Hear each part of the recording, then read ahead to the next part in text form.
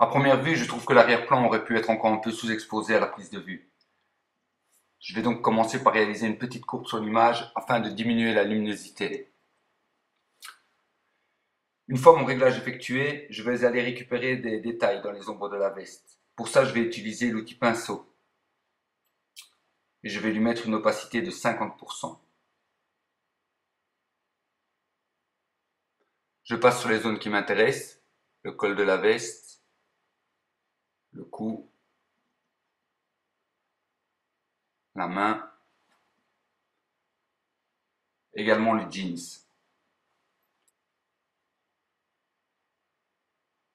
Visuellement, voilà ce que ça donne sur le masque. Maintenant que l'image me semble exposée correctement, je vais lui ajouter du contraste. Pour les portraits ayant besoin de dureté, j'utilise une technique passant par le filtre Passe-Haut. Je sélectionne mes calques, je les duplique, commande E pour les aplatir. Je vais ensuite chercher le filtre Passe-Haut. Ici, je vais augmenter le rayon, de manière à donner un rendu un peu HDR à l'image. 86, ça me semble bien. Je passe ensuite le calque en mode lumière tamisée. Bien que ce rendu soit entre guillemets vraiment cool, je préfère diminuer l'opacité afin de garder une image, on va dire, naturelle. Alors, avec et sans, vous pouvez voir que c'est très léger. Je vais maintenant accentuer l'image en passant une nouvelle fois par le passe-haut. Je sélectionne mes calques, je les duplique, commande E, direction les filtres, passe-haut. Alors cette fois, je vais diminuer le rayon aux alentours de 4-5 pixels. Le truc sympa, c'est qu'on va pouvoir se rendre compte directement de la manière dont le filtre va influer sur l'accentuation. Je passe ce calque en mode lumière tamisée.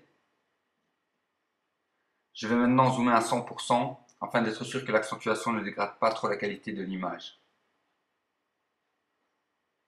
Je diminue ensuite l'opacité jusqu'à ce que le résultat me semble satisfaisant.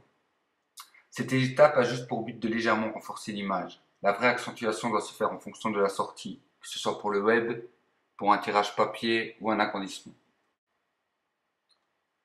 L'ajout du contraste a évidemment saturé l'image, et que ce soit la veste ou la casquette, je trouve qu'elles attirent vraiment trop l'œil. Je vais donc désaturer pour revenir à une teinte entre guillemets normale. Du coup, la chemise a perdu un peu trop de son éclat. Je vais donc utiliser le pinceau à une opacité de 100% et je vais venir masquer la désaturation directement sur la chemise.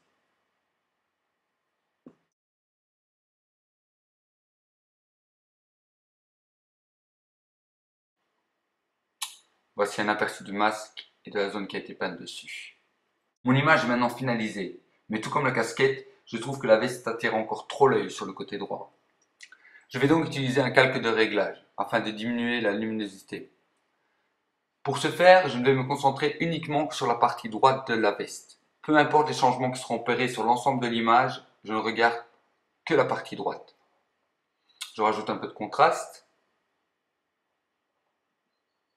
Voilà, ça me semble bien.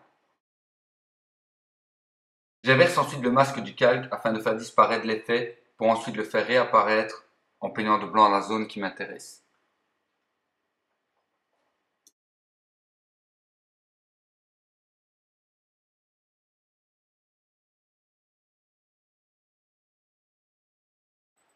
Le développement de mon image est maintenant terminé.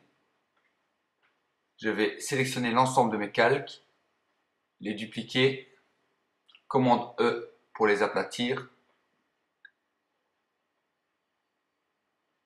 On peut maintenant voir les changements qui ont été apportés à cette image. Il ne me reste plus qu'à sauvegarder.